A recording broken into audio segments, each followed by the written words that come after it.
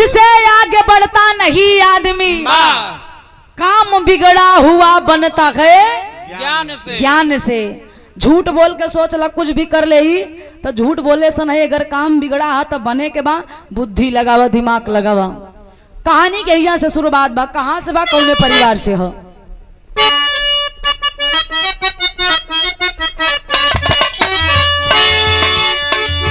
रहे एक मनसाराम मनसापुर की टोला में,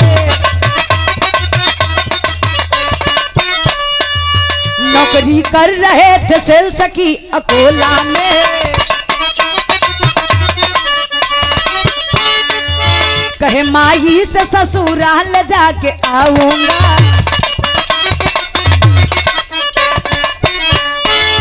बड़े आदर से दामाद कहा जाऊंगा।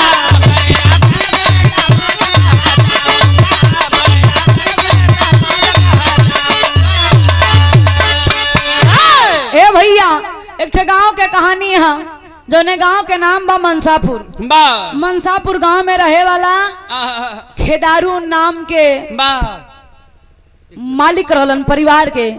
खेदारू नाम के आदमी, उनका एक ठे बेटवा, भगवान बड़ी बिन्नत और बड़े मन्नत से के बेटवा देलन। बेटवा तब भइल बड़ा खूबसूरत। धीरे धीरे जब बेटवा सयान भइल तो खेदारू के पता चल गया कि बेटवा तो है, लेकिन दो पत्नी कम है, इतनी शकर दिमाग कम है। अबे भैया पहले के जमाना में गरीबी बड़ी रहे।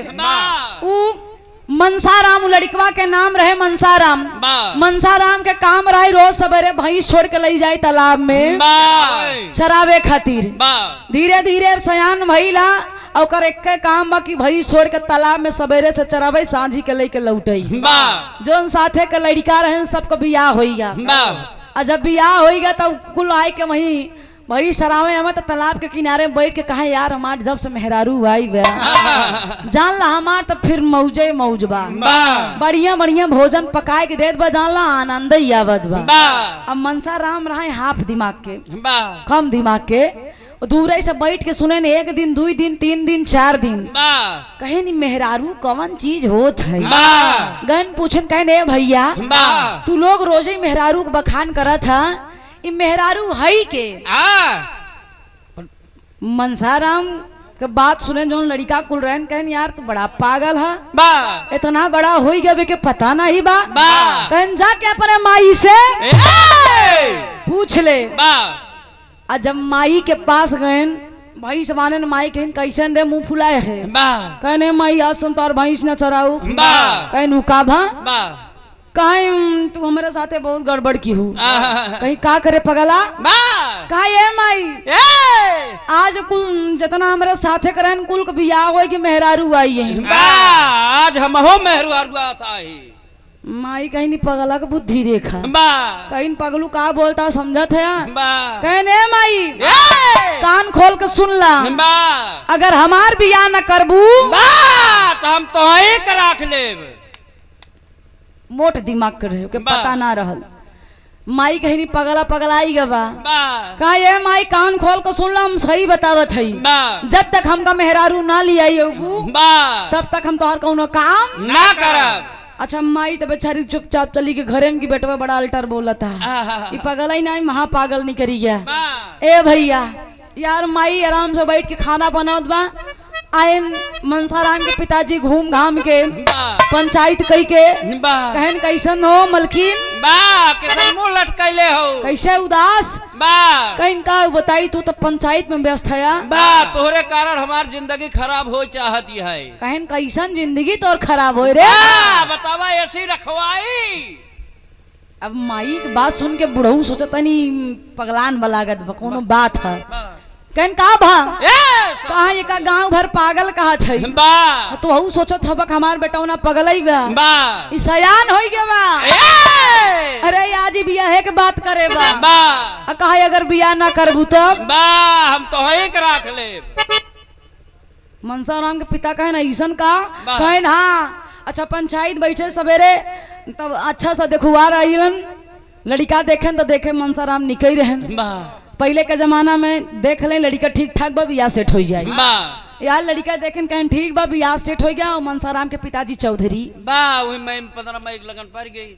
हाँ कई मई के 31 मई के वही मैं देख ए भैया बियाह सेट हो गया और लड़की रहे पढ़ी लिखी बा यार बारात के दुल्ही नहीं आएगी घरे 1 दिन 2 दिन 3 दिन 4 दिन बीत गया।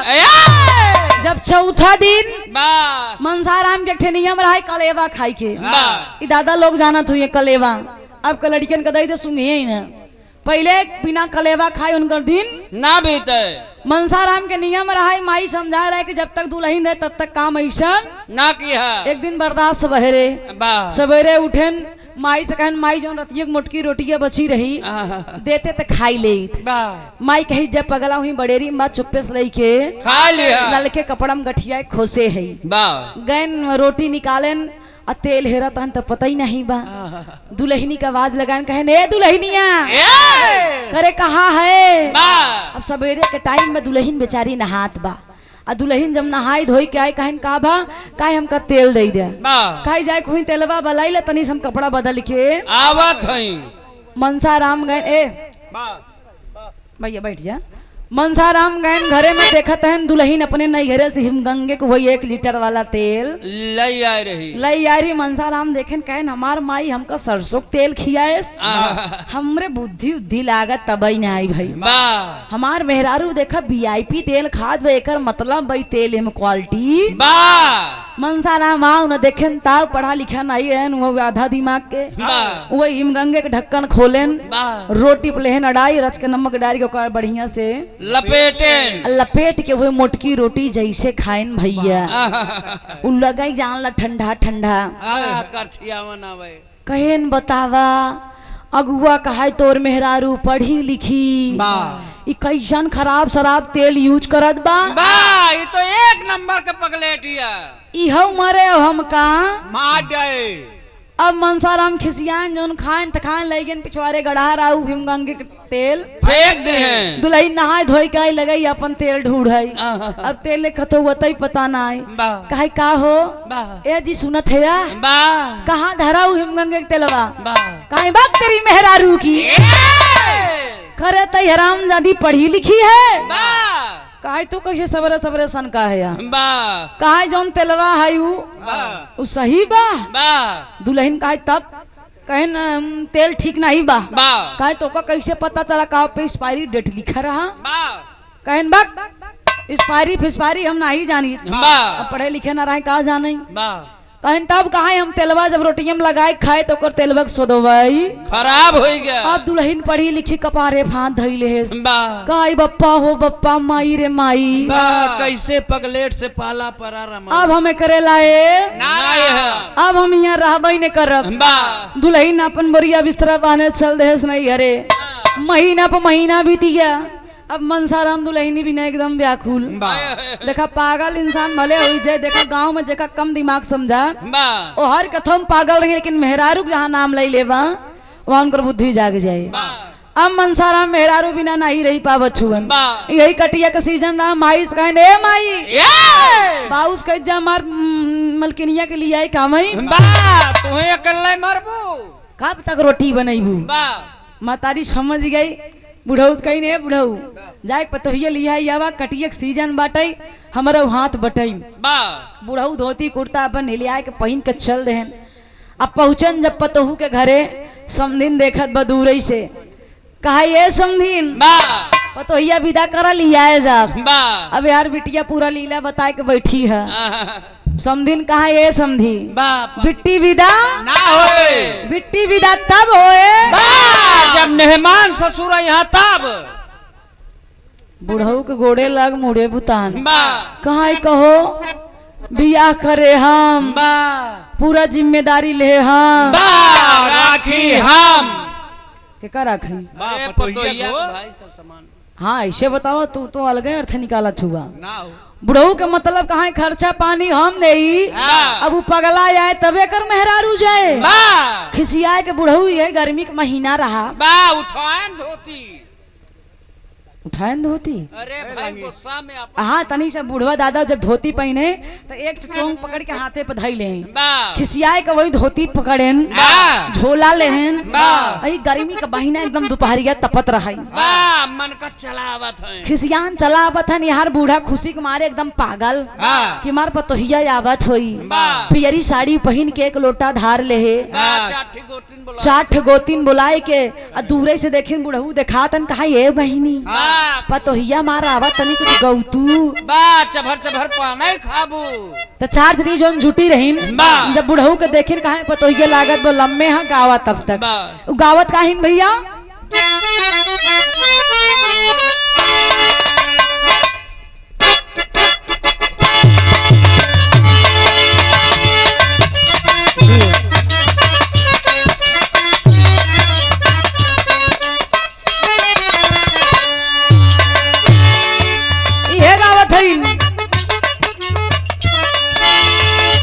मार मार रे की सुनिया ऐसन दे सब बुरिया लइके आई ना गए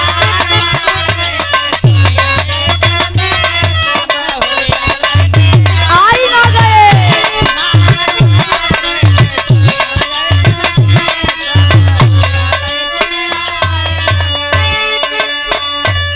भाई बहनी आई गए तनी रहू को बखानदा। अच्छा माई बहन के गजब गीत है कि तोहरी जांगिया बखानौए फला मेरा पतोहिया लइके आई न गए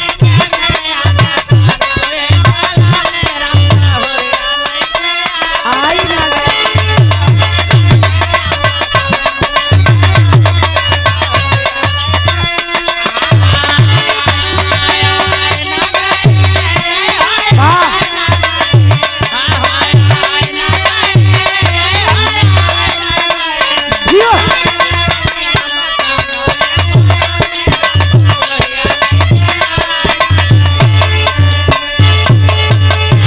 तब तक दूसरी जनी खड़ी रहे कहा हट तू बहनी दुल्हनिया नजदीक आए दूसर गावा एक छोड़ दा अरे कहा ये न गाऊ तब कवन गाऊ कहा दूसर की गावा तो वो जोन दू जनी पीछे रही नई की उम्र वाली तो ऊ गावत है भैया ऊ का बदल के गाइन इहे गावत है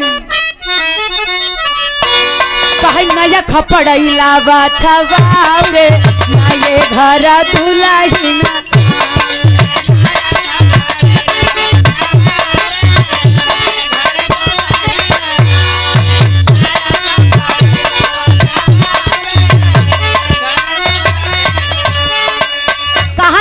खपड़ैलवा छवाऊ रे न ये घर मीठा मीठा भतवा लियाऊ रे न ये घर दुल्हे ने आए जब तक बुढ़ऊ नजदीक आए गए कान हट के चली जाऊं पियरा पहने हूं ना भाई लाल कह देव कहीं बुढ़ऊ के पगलान है किसत गरमान है पतो लेके आए तनी बड़ी खुशी कहीं बात तेरी मेहरारू तोरे कहे से गए हम बहुत बड़ी गलती करे समधिन का है बिट्टी विदा ना होए बिट्टी विदा तब होए जब पगला जाए तब बूढ़ा कहीं नईसन कहा है हाँ ए भैया बूढ़ऊ खिसियाए के चला गया यहाँ टाटी के पीछे से मनसाराम सुनत है कहा बाबू ए बाबू तुहार बेइज्जती मतलब हमार बेइज्जती अब बर्दाश्त के बाहर बा आज ही फैसला होए काहे माई ले आओ हमार कपड़ा हम जाब लिया आई भाई माई काहे पगलू तोहरे देन बजोन मेहरारू नाई तो रावत बा खिसिया कपड़ा पहनन माई काहे जात है पगलू तोहरे परम का भरोसा ना बा कहे एक बात हमार गठियाई ले तो का हमार कसम है जहाँ सूर्यास्त हो जाए वही तू रुक जाया वहां से कौ कदम आगे मत बढ़ा अब इनका लगा कि जहाँ सूर्य देवता अस्त हो जाएंगे वही हमका रुक जाए के बा एक कौ कदम आगे ना बढ़ाई मोट दिमाग इंसान चल देहन ससुरारी और गांव के एकदम जानला घरे के पिछवारे अपने ससुरारी के पिछवारे जैसे पहुँचेन सोचन तनी से फ्रेश व्रेश हो जाई वही एक बासे के कोठ रही वही जैसे फ्रेश होए खातिर गए वैसे सूर्य देवता अस्त हो गए बहरे निकलन तो देखा है सूर्य देवता अस्त कहे नब तो माई का क्रिया ना तोड़ब। बा माई के क्रिया याद आए कहन अमिया से कौ कदम आ गया ना बढ़ब। कहन जा सूर्य देवता बा 2-4 मिनट और रुका होता तो हम ससुररिया पहुंच गए होई। वहीं देवाले के पीछे बैठ के बा पछतात हैं तब तक वहीं घरा में का होत बा हाँ। एक कनवा से पूरा सुनत है। एक लाइन तरस लगा भैया का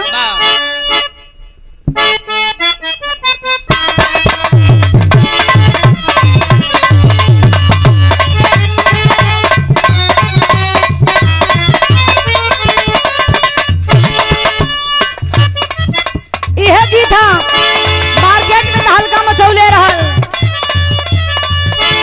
गोरी तोरी गोरी तोरी गोरी तोरी चुनरी बल्ला लाल रे रोड पे चले लू कमाल चाले।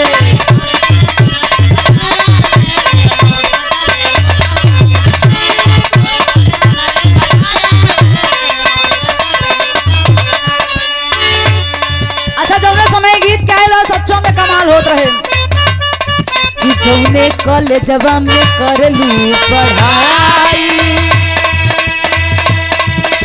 लइका यो लइका में होला लड़ाई हो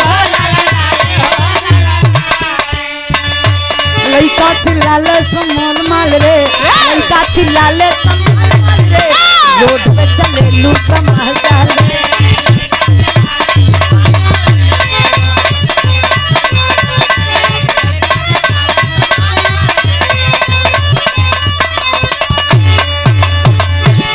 भैया लेकिन मनसाराम वही देवलिया के पीछे से बैठ के पूरी बतिया घर के सुनत बा।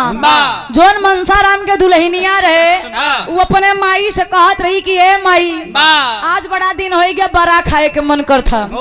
घरे में कबो कबो माई बहन दाली के भे के पीस के बड़ा बनावेली। माई कहीं तोरो सौर हो तो बना डाओ। दुल्हन बार दाल बह रही सवेरे से कबू बने नहीं रही लगी पीसे एकदम पीसत पीसत ओके चटनी बना दे। माई आई के देखिन कहीं करे ऐसे दाल पीसी जात एक बड़ा बनी का ये माई गलती हुई का करी। अब पूरी बात देखा मनसाराम सुनत हुवन यही सब किस्मत बदले वाली है। करीब तब माई कहलस कि जाए एक काम कर नमक तनी से डाल के और झूर मरचा डाल के पकौड़ी छान दे। अब दुल्हनिया जल्दी जल्दी में गई के कहे नमक के डिब्बा हुआ चीनी के तनी से डिब्बा खोल के 1 चम्मच चीनी डाल दिलस पीसी वाली चीनी रहे डाल के बढ़िया से मिलाई दी।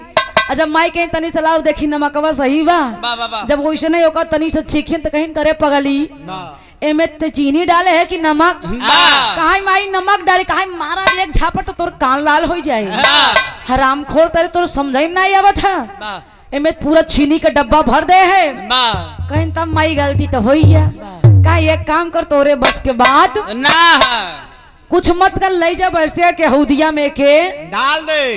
दुल्हनिया निहरिया रात रात खिसियान रहा कहा याद कितना दिन बाद बड़ा खाए के मन कहे बन बहनाई करे सो फर भराई जाए बरबरात गई के कहा हौदी में डाले के दुआरे से साइकिल लेके इंसान जात रहे बेचारा राती का समय रही तब लाइट वाइट नहीं रही भैया वह थरिया सहित ले जाए वही के ऊपर जब ओकरे ऊपर छिट्टा पड़ा तो कहा तेरी लड़की की तेरी बेटे की हाँ तू आराम से तोरी है सहूर रहा तो अपने ससुरे नाटके कहलिन के ज्यादा बोला मत फालतू बात मत कहा गलती से हो गया अब का करी काहे हराम जादी तोरी है सहूर रहा सानत की गऊ और पोवत की चले आओ टिकू नहीं तोरन में कमी बा वो करे में ना अभी बेचारा एकदम खिसियान में माई घरे में सुनत बा काहे करे कैसन कैसन हल्ला होत बा काहे माई का करी वो बहुत बोला था कहीं का करे काहे तनी से ऊपर छिट्टा चलागा माई कहे जा बिटिया जैसी जनमत नहीं बना ओसी मरता ना बनी। अरे तोहरे बनवे के नहीं सहुरा कम से कम हौदिये में डावे के सहूर सीखे हो तू माई बिटिया में वार्तालाप होत बा पूरी बतिया के मनसारा वही दिवाली के पीछे से बैठ के सुनत है करत का भैया मने में सोचा था मनसाराम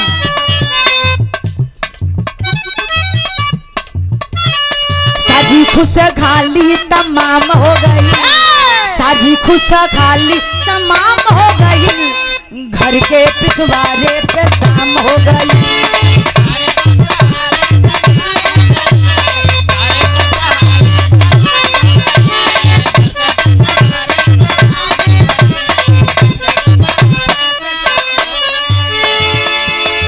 गए मनसाराम दिलवा दबारी,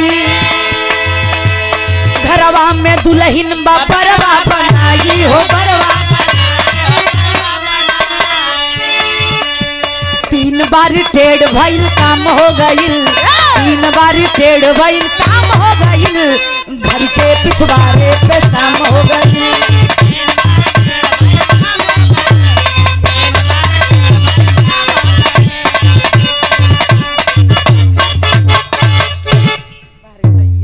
ए भैया मनसाराम पिछवाड़े से पूरी बात सुन लेन, कहन तू हमका छोड़ के आऊ, सवेर होई तो का हम बताई थे। सवेर होई के बाबूजी एकदम अनहरिया रहे, सवेरे के 5 बजत रहे। अब मनसाराम के यहाँ खुला कहाँ सूर्य उदय होता, अब माई के क्रिया टूटी ना, कहे हमार माई जोन कही पूर हो गया, रातिक बात रहा सवेर हो गया बा। ए भैया अब मनसाराम जब सवेर बात आए आंख मीजत मीजत चलत है कहा अपने घरे मतलब ससुरारी। पिछवाड़े से जैसे अगवारे गए तो बूढ़ा वहीं बरामदा में खटिया बिछाए लेटे रहा, मच्छरदानी लगाए के लेटी रहे, वही खेखारत की उठत रही तो मनसाराम के हमारे बुढ़िया जागत बा। अब चले चाहिए। जैसे बूढ़ा कदम धरती पर रखीन एक पैर दूरे से, मनसाराम कहे अगर दूरे से पहले की करब तो बुढ़िया मार खुश हो जाए, दूरे से कहे न पा लगी तो का भगवती लूटे जाए कौन है रे। अच्छा बूढ़ा सोची कि कौनो सवेरे के टाइम मजाक करत है, अब बूढ़ा ना आँखी सकम फरियात रहे। मनसाराम का मार बुढ़िया उसन की है का लागत बा, अरे हम पहले की करत है आशीर्वाद देवे के चाहिए के तो गरियावा था, फिर से कहे न पा लगी भगवती लूटे। अच्छा पहले अम्मा शब्द बूढ़ा के कहा सासू के हैं, तो मनसाराम के मार बुढ़िया के दिमाग के ठीक नहीं बा, लगे गए कहे न रे बूढ़ा ए अम्मा हम तोहार छोटका दमाद बा। मनसाराम बोलत है, बूढ़ा करेजा धकधकान मच्छरदानी उठाई के फेंकीन, चदरा झाड़ के बिछाए के बैठाइन तो करत काइन भैया बिरहा में कलाइन तरस लग गया।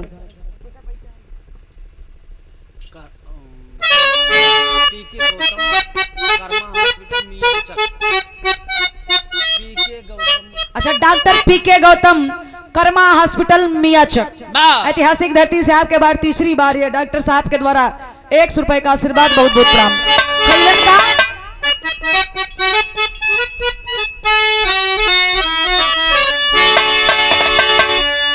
अनिल भैया जात हुवन का डॉक्टर साहब अरे 2 मिनट और बैठे बस, हाथ जोड़ के निवेदन में 2 मिनट और बैठे, बिरावा मार खत्म होए वाला बा। बहुत बड़ा नहीं बा, हम जानते आप इतना कीमती टाइम देत हुआ, आज के समय में आपके पास तो 5 मिनट का टाइम ना हुई, लेकिन आप बहुत टाइम दिले के खातिर दिल से धन्यवाद बा। ज्यादा से ज्यादा 5 मिनट और आपके हम समय ले बस। आई भाई का भैया तरस बदलत हो, क्या बात है तैयारी में। अरे पियावा अरे पियावा मिलल बोलल मुनमा देखे के सपनमा ये नदी। समय आपके हम देखत बानी, यही से अपन गीत हम स्टार्ट करते ही। तरफ से बढ़िया भाव हा, बूढ़ा बैठे चद्दर बिछाई के पूछिन में कब से आई है, कहन तबाई कहीं जब तोरे घरे में बड़ा बन रहा एक खौदाई बनी नहीं पाए। अब बूढ़ा कम दिमाग लगाइन सोचिन कि कहा था कि तोहरे घरे में बड़ा बनत बा, एकर मतलब भी बहुत बड़ा ज्योतिषी है। बतावा बड़ा हमरे घरे बना, पता इनका अपने घरे से चलत बा, एकर मतलब भी बहुत बड़ा जोशी हुआ। बिटिया के उठाई के पूछत है इनका भैया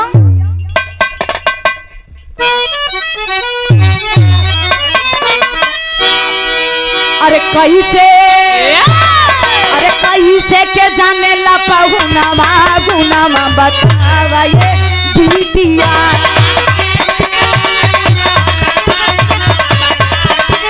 जियो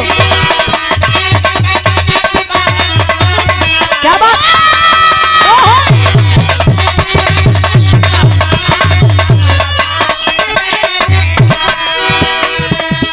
माई से बतावे तब लगली बिटिया।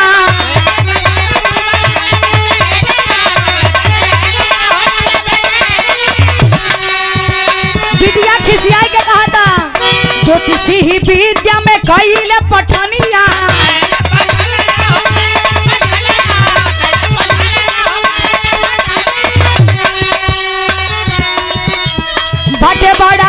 मोर सजनवा गुनवा बतावा ये बिटिया।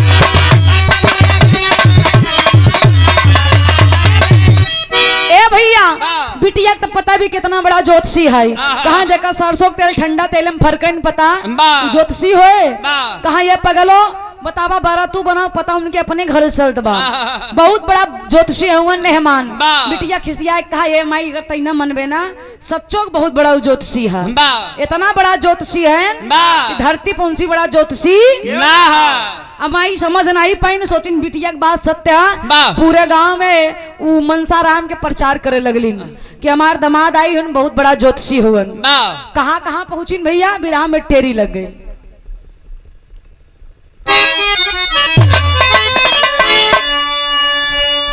वाह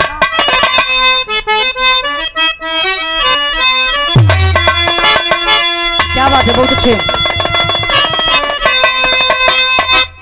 अरे पहुनाई में जुटल बा नगरी अरे पहुनाई में जुटल बा नगरी झूमई सास ससुर ससुराल में सोहरत पाई पहुनाई में जुटल बा नगरी।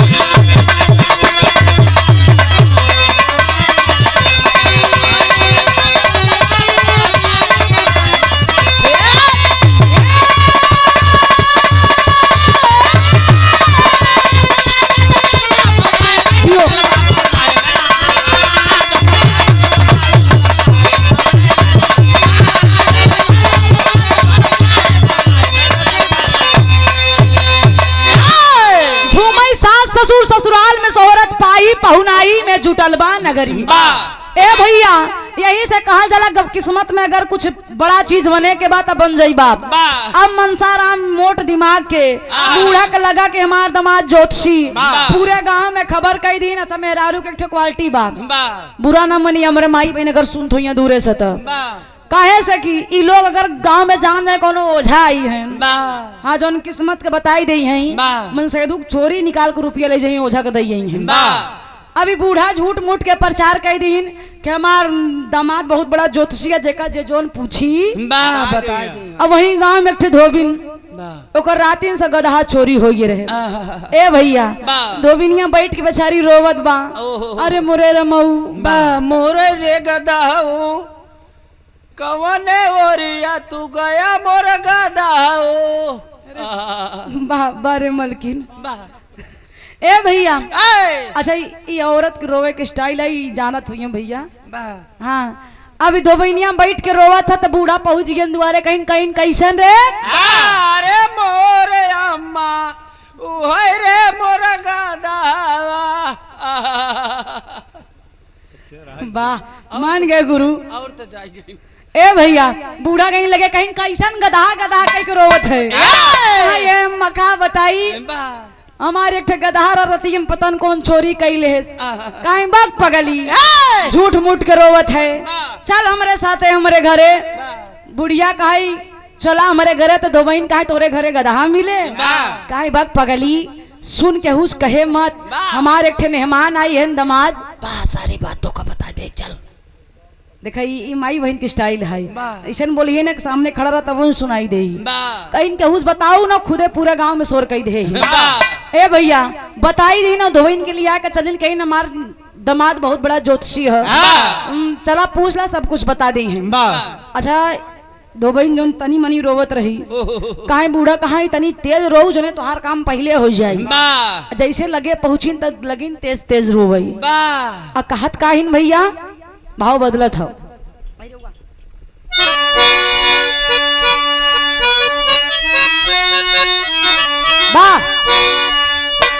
कि लागल मसवाया साड़ भरी गाना दिया यौना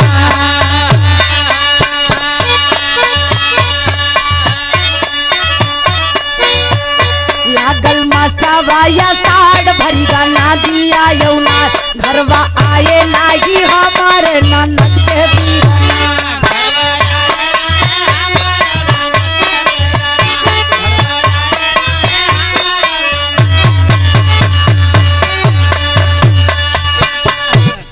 लेकिन यार बूढ़ा लिया के जब अपने घरे आवत है तो धोबईन चिल्लाई चिल्लाई के रोई के वही मेहमान का घोड़ पकड़ के लटकत बा और कहत का भैया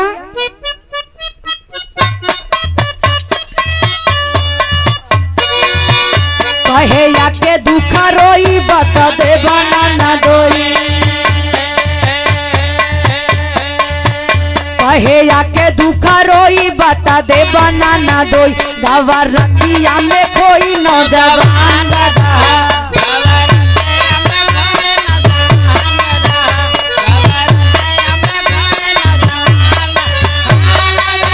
वाह भैया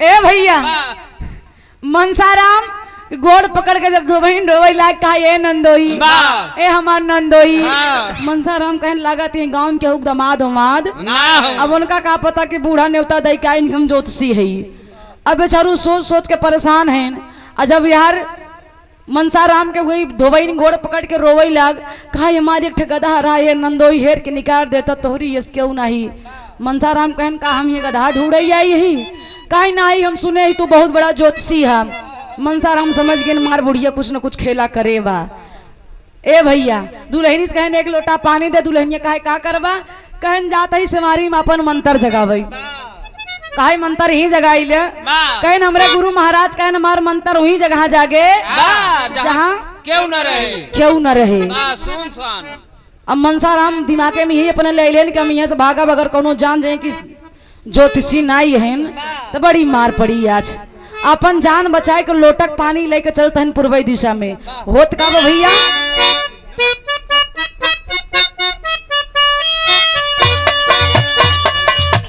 भाई के जात रहे मेरा ही लल उठिया के दे भाई के जात रहे मेरा ही लल उठिया के गे घुसे खेतवा में जाई अनुमान दादा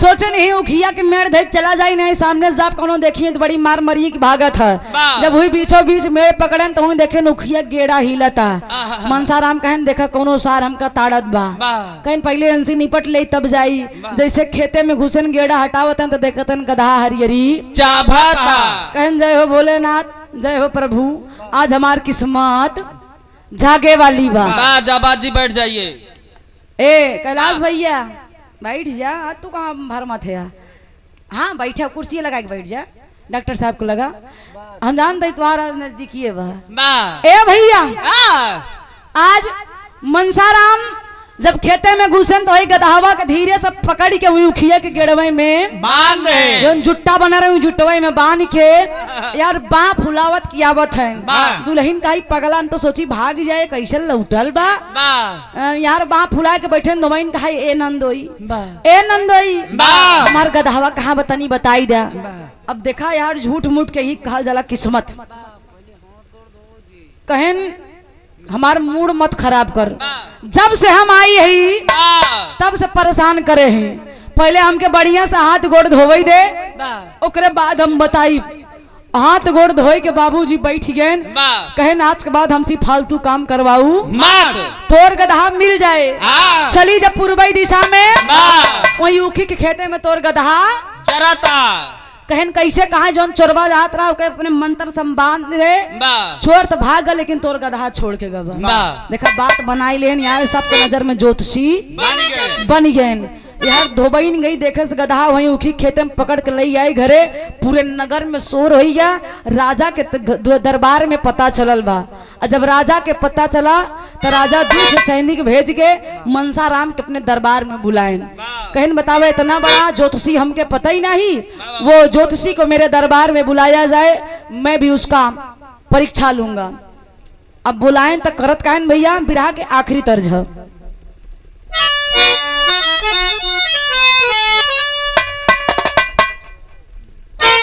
सही हो।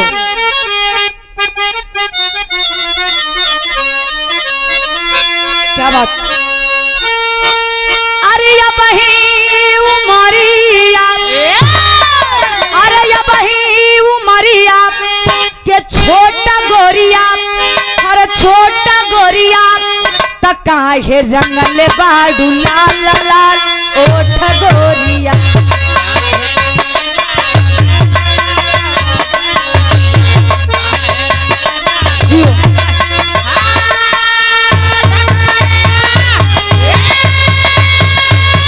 अरे वाह भैया।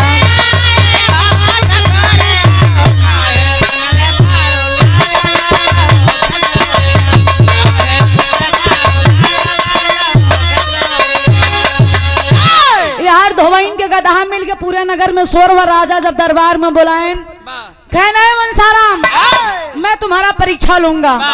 मनसाराम को शरीर थर थर थर थर थर थर कापत बा।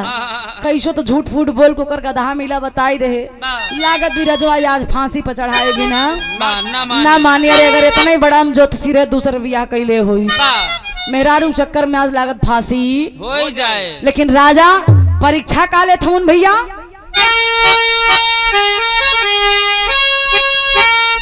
अरे कैले बात धोबिनिया, अरे कैले बात धोबिनिया अब परचारन नगरी, अरे परचारन नगरी तब भूलवा ये राजा को तबे नुसार नगरी।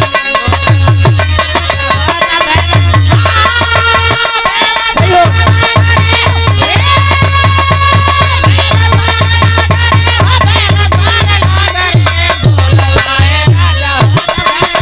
क्या बात हो पीछे।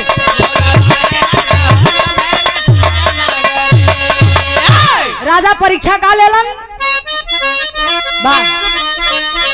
कि मसाये का मुठिया में अपने बंद कैले, कि मसाये का मुठिया में अपने बंद कैले। अरे कहे मनसा राम मनसाया के फांसी गईले।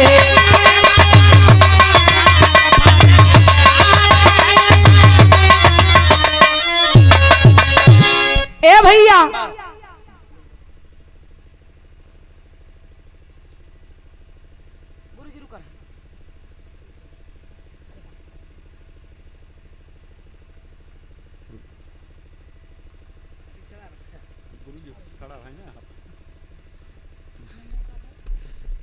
सुदामा गुरुजी सुदामा और आदरणीय सम्मानित श्री कवि जी बड़ा प्यारा आशीर्वाद मिलता है।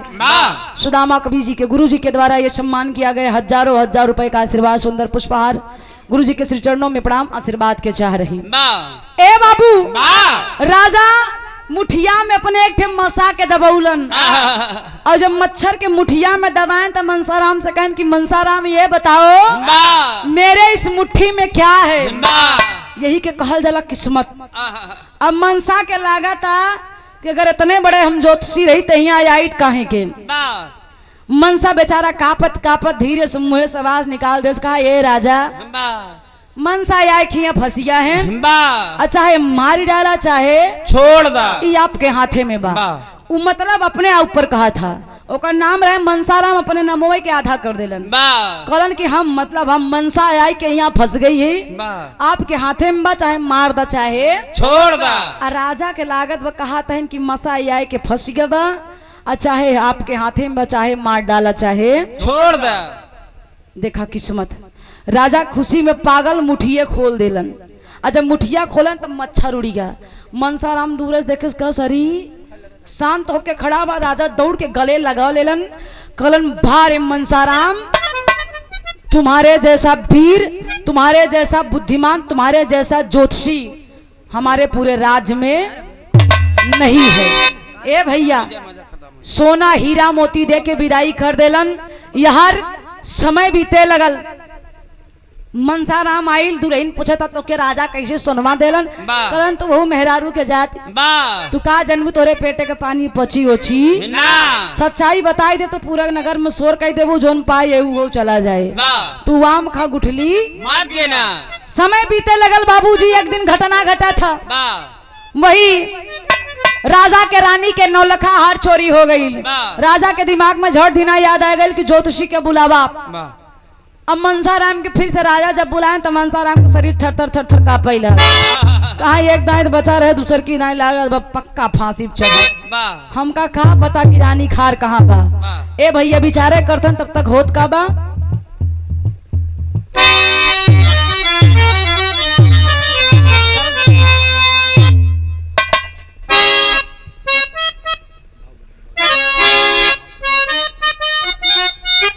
वाह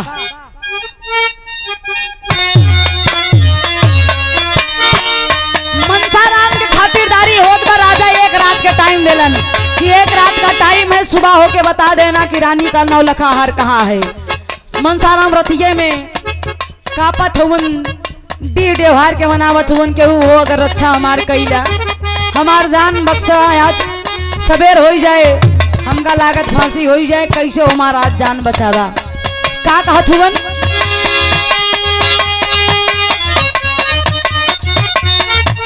अरे वाह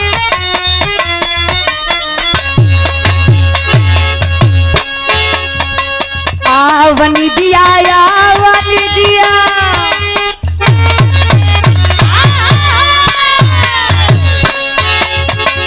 आवनी दिया आवनी दिया राटा ना लगावे मनसहरतिया।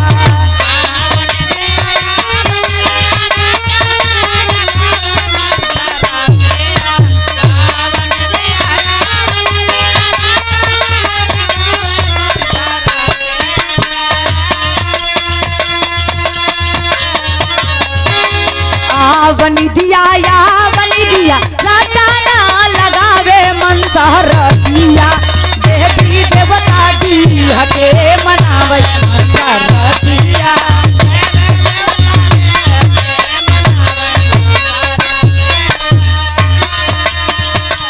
ए भैया यार मनसाराम पागल इंसानों के लगा था कि देवी देवता के याद करे हम जान बच जाए। कहा हम कुछ ना जाए तो ज्ञान बानी क्यों हो हमारा अच्छा करा हमका यहाँ से निकाला। रात में मनावा था तब तक वही राज के नौकरानी जेकर नाम बा विदिया नौकरानी वही दरवाजा पे खड़ी हुई कान लगाए सुनत बा। यार मनसाराम कहा थे कि निदिया यौती काहे ना निदिया यौती काहे ना निदिया यौती काहे ना बस निदिया हमारो नीदा लगे रहा दिया।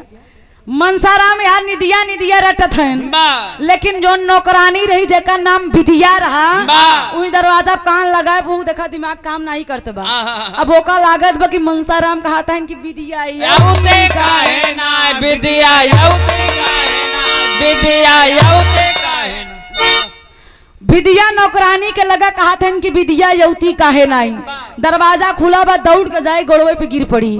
कहा ये महाराज बहुत बड़ा ज्योतिषी हम मान गए हमार जन्म बख्श दे हरवा ले ला। हम मनसाराम एकदम आश्चर्यचकित करी बाप रे बाप 12 बजे रात में कोनो चुरई लोलई तो नहीं यही कोनो आई तो हमका डरवावत नहीं है एकदम 2 कदम पीछे हटन। विदिया नौकरानी कहा बम मान गए तो बहुत बड़ा ज्योतिषी है हरवा ले लेकिन राजा समान नाम जिन बताया गलती से चोरी के लिए कान पकड़ा था आज के बाद कहूँ चोरी ना करब। मनसाराम कहे अच्छा नाम कहा का मजाक करत था हमसी। अरे कब्बे से रटा था विदिया यौती काहे ना हम ही है विदिया। मनसाराम कहने रे लागत बस सच्चो हमार पूजा सफल होता बाह बटोरे लागन कहने आज के बाद चोरी मत दे हार दे दिए से 1 2 3 हो जाला सुबेरे ढोड़ा कटवा ले। अब अपन भौकाल टाइट करत है हार ले ले अब जान एकदम जो 56 प्रकार के भोजन ना बढ़िया से खाए के सोएन और सवेरे 5 बजे उठ के झूठा ही अगरबत्ती मार सुलगावत हो मार धुआं धुआं जोन दरबारी रहे वो झांकत बा की ज्योतिषीवा पगलान उगलान है का ई सोवत नहीं व्रतिया भर मार अगरबत्ती पर अगरबत्ती देत है। दरवाजा खोलस राजा के आदेश है कि कोई मनसाराम को लाया जाए दरबार में। यार हाथ होत बटोरत एकदम बाह बटोरत पहुंचन दरबार में कहने ए राजा कान खोल के सुन लिया आज के बाद छोट मोट काम करे खातिर हमका याद नत के है। राजा कहन बाप रे बाप इतना कॉन्फिडेंस कहन बताओ रानी का नौलखा हार कहाँ है कहाँ ये राजा हम जब तक बाटी चिंता करे वाली कोनो बात नहीं। रानी के नौलखा हार मिल गई बस सामने वाले बरामदा में, सामने जब जोन बड़ा से गमला रखा वही गमलवा के नीचे रानी के नौलखा हार है। कहीं इतना कॉन्फिडेंस कहना सेना भेज दिलन, जाके जब गमला उठलन तो नारी के नौलखा हार वहीं पे इरतिये में हरवा ले जाके वहीं रखे रहन। और जब रानी के नौलखा हार लाए के राजा के देन कहन, राजा कहन ये बताओ मनसाराम ये हार किसने चुराया था? कह नहीं राजा यही तो जिन पूछा, अगर पूछ ले बाना हमार दिया हुआ गुरु मंत्र व्यर्थ हो जाये। अच्छा राजा खुश होके अपने राज्य के सेनापति बना के महलिया में रखे लगलन। समय बीते लगल। यार मनसाराम कहन झूठे बोले, अगर पूरा सुख मिल जाए तो कौन बात बस सही बोले की। यार सच्चों की ज्योति बन के ठाट जमौले मेहरारू की चिंता बा कि पगला सरसों तेल ठंडा तेल में परकन पता जे का वो ज्योतिषी बन गया, हमारे हजम नहीं होत बा। लेकिन यार होत का बा गुरुजी, पापट में कहना पड़ा।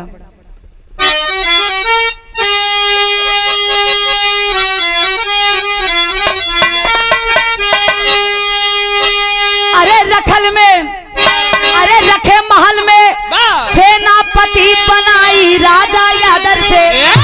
अरे रखे महल में सेनापति बनाई राजा यादर से, घी दूध से करने लगे पहुनाई राजा आदर से।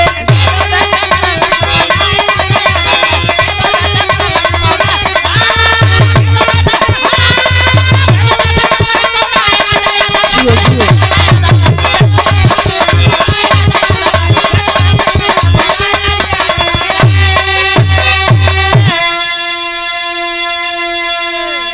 ए भैया किस्मत यही के कहल जाला, महल में रहा थून बढ़िया से सुख चैन एकदम कोनो चीज का दिक्कत नहीं बा। खुश हुवन। एक दिन उनकर मन कर दिला से महुआ के लपसी खाए के। कहानी मात्र 2 मिनट के डॉक्टर साहब और बा। महुआ के लपसी खाए के मन कह दे, माई के अपने बूढ़ा के संदेश दे देन। बूढ़ा महुआ के लपसी बनाए कोई महुआरी में लेके आई गई। दोपहरिया में निकलन मनसाराम महुआ के लपसी खाए, पैर दबाई दबाई जात है। रानी राजा उनकी लवाई पे खड़ा होके देखा था, कहीं नहीं मनसाराम दुश्मन से मिलने जा रहा है। तभी ये चुपके चुपके से जा रहा है। लगता है कोई आज यही छत से देखेंगे कहाँ जा रहा है। वही किला पर से देखा तो कुछ दूरी के महुआरी रहे, महुआरिया में जाए के बूढ़ा लेके नीचे बैठी है। टिफिन ले हाथे में महुआ का लपसी निकाल के लगे हाथे से चाटई। एक बेरी लेके इसे चटलस।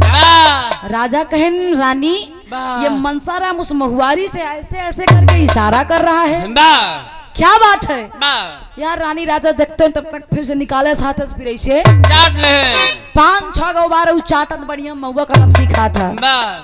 राजा रानी कहन कोई तो बात है। अब यार लपसी खाए में आनंद हुन, राजा रानी के दिमाग में टेंशन हो गई, कुछ तो बात बा। रानी कही ने राजा अपन मनसाराम इशारा करत हुवन कि रानी राजा उतरी आवा, रानी राजा उतरी आवा। छते पे किला पे कोनो गड़बड़ी है। अब यार लपसी खाए में आनंद हो, इनके लगल कहा तन किला सुतरी आवा।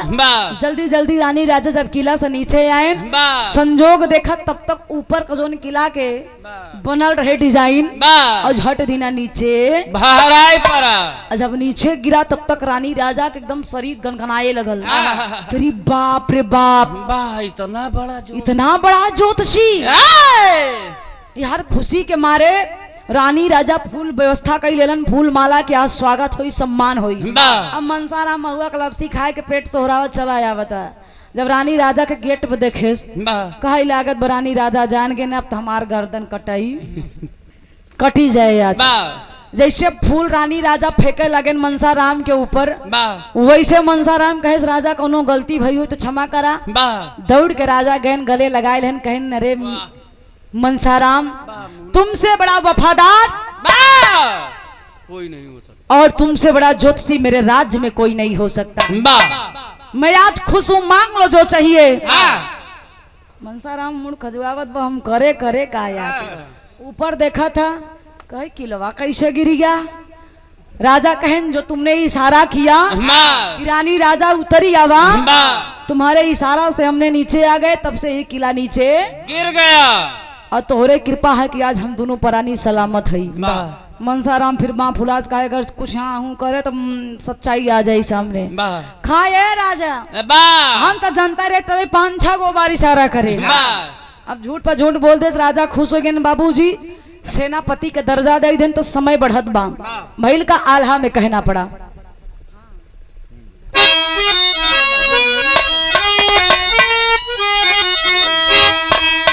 भइल का भैया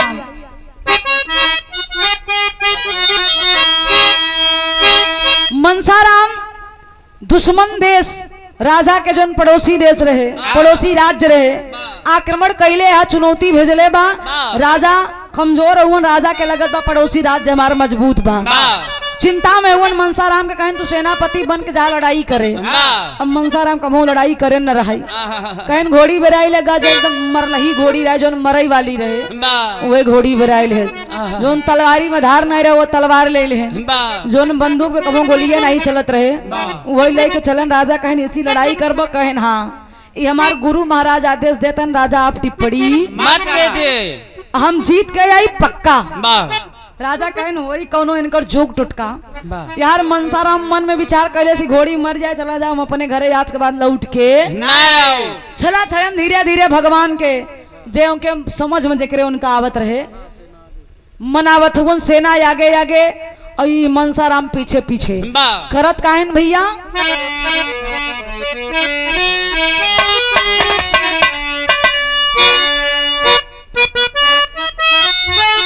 वाह कि पढ़ला चलीसा कि पढ़ला चलीसा मनसा मानवा में अपने बाबू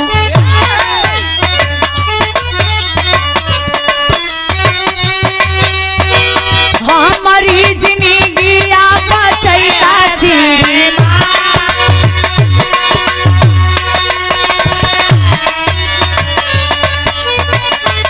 विनती करत था मनौती मांगत बा कि हमार जिंदगी बचाए दे घोड़िया मर जाई कैलन का सेनावा सजाते सेना पति चल दिहले भैया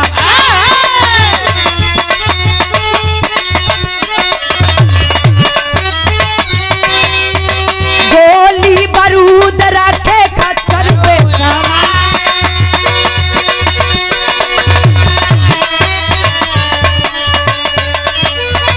हाथी घोड़ा साथे में सा डाके तलवरिया चले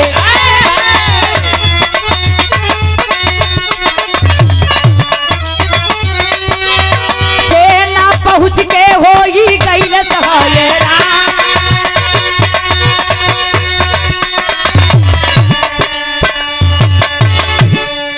भैया यार सेनापति काहे को घोड़ी चले तो काहे के सेनापति पहुंचई सेना पहुंच के हैरान हो गए लेकिन सेनापति खिसिया के सेना उल्टे पांव दुश्मन के खेमा से लौट के चली आई राज्य में राजा के बताए देश की तोहार मनसाराम धोखा दे दे वहां पहुंचे नहीं तो कैसे हम सब लड़ाई करी बिहार राजो के क्रोध है कि सवेर हो हम चलब लड़ाई करे यार मनसाराम धीरे धीरे धीरे धीरे धीरे रात 12-1 बज गया 1 बजे दुश्मन के खेमा के पास पहुंचे ने एक बड़ा से पेड़ देखलन सोचन कैसे रात बीते सवेरे हम चल देव अपने घरे वही घोड़िया के पेड़वा में बांध के चल गए पेड़े पे और जब पेड़े पे बैठे तो नींद आएगा बाबू वही बंदूक ले ले रहलन संजोग देखा किस्मत यही के कहल जाला किस्मत नींद आइल व झटका में तो होत का भैया खड़ी अंतिम लाइन में कहना हो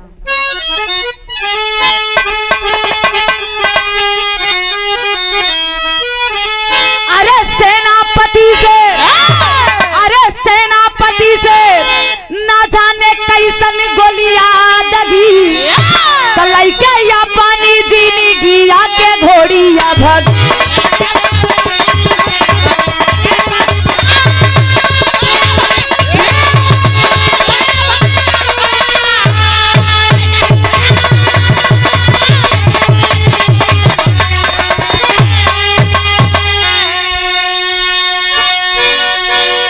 दुश्मन के खेमा में मचल हाहाकार अरे रणनीति दुश्मन के तब आइल बा विचार ए भैया मनसाराम वही पेड़े पर बैठ के नींद आएगा तब तक झटका से वही अंगुरी से खटका में जब खटका पे अंगुरी लगल जैसे गोली दगल सोचा जौने बंदूक में कबो गोलियां नहीं रहा राजा के हिसाब से संजोग देखा पता न कहां से एक गोली में रहे अंगुरी से खटका दगल बा गोली चलल हा। और जब गोली चलल बा तो गोलिया के आवाज से घोड़िया अपन लगाम छोड़ाई के जकरे ताकत ना रही डर के मारे वही दुश्मन के खेमवा में कूद पड़ी और घोड़िया के ऊपरा गोला बारूद बनल रहे। और जब घोड़िया हुई दुश्मन के खेमवा में पहुंची तो लगी ई खेमा से ऊ खेमा, ऊ खेमा से ई खेमा, ई खेमा से ऊ खेमा, ऊ खेमा से बस बस वही खेमवा में लगी नाचे। जौने जौने खेमा में जाके कूदे तो एक गोला गिर जाए तो गोलवा फड़ाक दिना भाग जाए। और दुश्मन सोचें कि बाप रे बाप अधियरिया में कौनो दुश्मन चढ़ाई कर दे। अया आधी नींद में आधा यहाँ खुली जकरे पास जोन हथियार बा उठ के जौने जौने खेमा में गोला दगे घोड़िया कूदे खेमवा के दुश्मन उठ के पसरे में लगे कटे मरे। अब मनसार आपके आँख खुल गई पेड़े पर से लखा था क्या बाप रे बाप लागत दुश्मनों के बुद्धि एकदम मरिए गई बा ये पसा में मरत हुवन मर जाए सारे नाज हमरो भाग जग जाए। धीरे धीरे बाबू घोड़िया वही खेमवा में नाचा था गोला बारूद दगल बा दुश्मन आपसाई में लड़त हुवन तो कितना बजे तक सवेरे 4 बजे तक भइल का अरे मरी गई ले आपस में कुल लड़ी के दुश्मन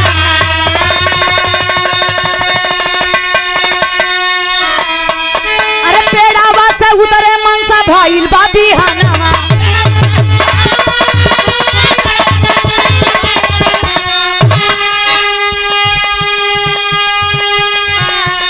अरे फिर से रंग लाई वही दमादे के ठगी लइके अपनी जिंदगिया के घोड़िया। ए बाबू यार 5 बजे तक पूरा दुश्मन आपस में लड़ी के मारी गई ना भोरारी के टाइम मौत बाबू मनसाराम पेड़े पर से देखत कहा हमारो आनंद आई है यार भले मर गया तुसे हमारो जिंदगी गई आज बनिए जाई लागत बा। तब तक राजा अपन सेना सजाए के खिसियान चलाए आवत हुन मनसाराम कहा अगर हम पेड़े पर हम दुश्मन कुल मरे यहन राजा के लगे क्यों और मारे हम पेड़े पर सुतरा पकड़ी कपारे में बांधे वो तलवार जो तलवारी में धार नहीं बा कहे करियाए में गमछा बांध के कूद के गईल मैदान से वही दुश्मन के खेमा में देखा बलासे पलास बिछी है कौनों के हाथ कटा कौनों के गटई कौनों के गोट सही सलामत कहू ना हो। अच्छा बचता हो कि कोनो जागत हुई तब मारी देंगे तो हमार कहानी खत्म हो जाई। देखलन पूरा एकदम शमशान घाट बनल है जाके लसिया में तलवरिया हुए टुटैया वो टुटही तलवरिया लेके लसिया में वही घोप देला और घोप के निकलन तो पूरा तलवरिया लहू लुहान राजा जैसा नजदीक आवत है सब तलवरिया में फेरा में नचावत है राजा दूर से देखें कहीं कौन सैनिक ये अपना मनसाराम है इतने लाशों के बीच में अकेले मनसाराम नजदीक आए हुए कंधा पे हाथ राजा नजदीक आया कोई मनसाराम के कधवे पे हाथ रखे खिसिया के मनसाराम तलवरिया से पिछवा ले जाके राजा के गर्दन पे सटोलस। राजा कहे अरे मनसाराम हम तो हर राजा आंखें खोलो बेटा कहे इनका से मार दे कम से कम हम ही की छोड़ दा कहे राजा तू हिया कैसे हमरे ऊपर भरोसा नहीं रहल का राजा तो सोचे तो शर्मिंदा हो गए कहे नहीं मनसाराम ऐसा बात नहीं है जो सेना हमारा निकम्मी सेना आजकल बहुत निकम्मी हो गई रिटायर करे के है ना तो कुछ एनर्जी ड्रिंक दे के पड़ी ये जाके मेरे कानों में उल्टी सीधी बातें तुम्हारे खिलाफ भर दिए थे इसलिए मजबूरन मुझे आना पड़ा। ए भैया मनसाराम कहीं मथवा चूमत हुवन राजा कैसे अरे लइके तलवरिया घूमे लसिया के पीछे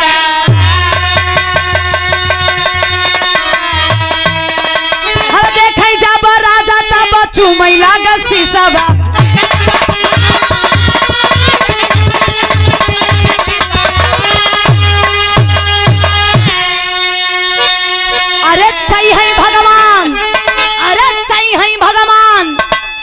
भगिया जगी लइके या पानी चीनी घिया के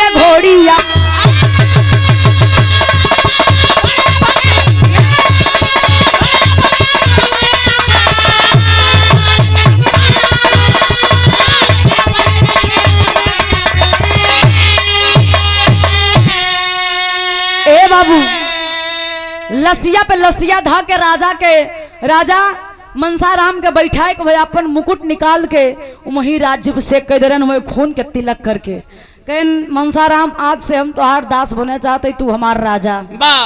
देखा यही के कहल जाला किस्मत, पागल इंसान राजा बन गया, पूरा साम्राज्य के पूरे राज्य के मालिक राजा बन गए। दुल्हन के खबर लग दुल्हनिया आई कहा ये सही है तू इतना बड़ा पागल और तू राजा कैसे बना, कुछ राज हमहू के बताई।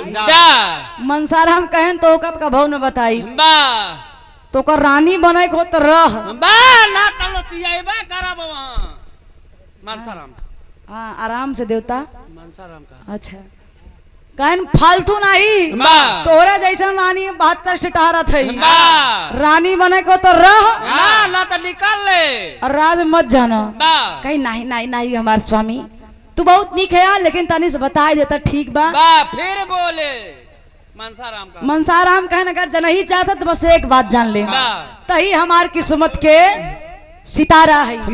अगर तू नैहर आई न हो तू हम तो कल लिया भाई आई त ना तो हर माई झूठ मूठ के प्रचार करती ना हम राजा बनते ना। यही से तू हमार देवी हो तू हमार लक्ष्मी हो।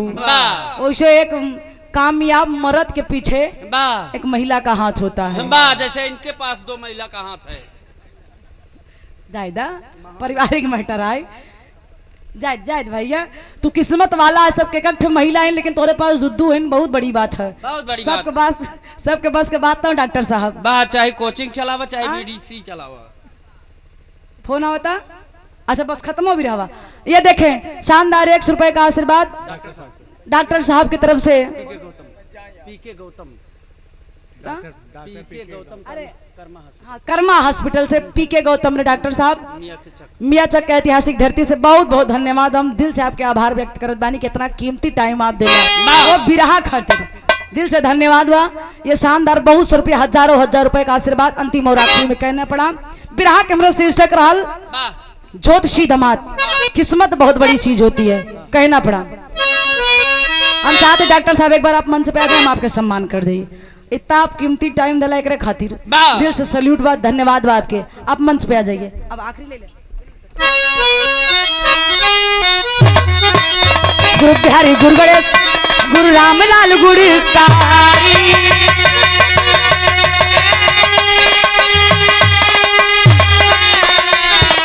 अरे स्वर्ग से चंद्रिका कवि प्यारे लाल बने पुजारी।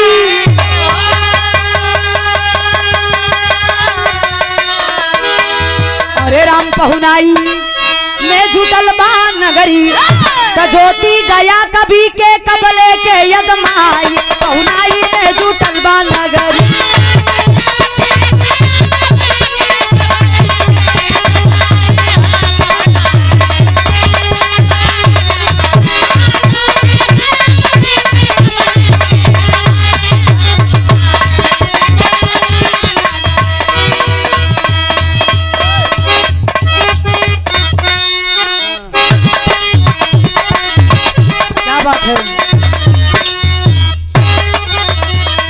दुनिया का मेला मेले में लड़की अकेली है नाम उसका।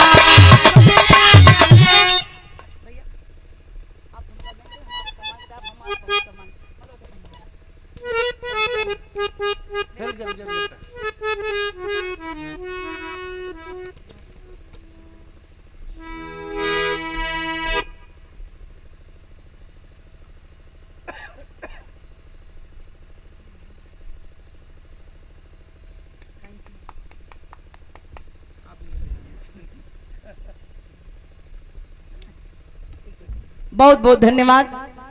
इतना कीमती टाइम आपने दिया। डॉक्टर भगवान का रूप हुआ करते हैं, सच्चों के आप भगवान हुआ, दिल से आप भगवान हुआ। जिंदगी बची। बहुत बहुत धन्यवाद। और आप लोग भैया की तरफ से गीत संगीत के आनंद लें।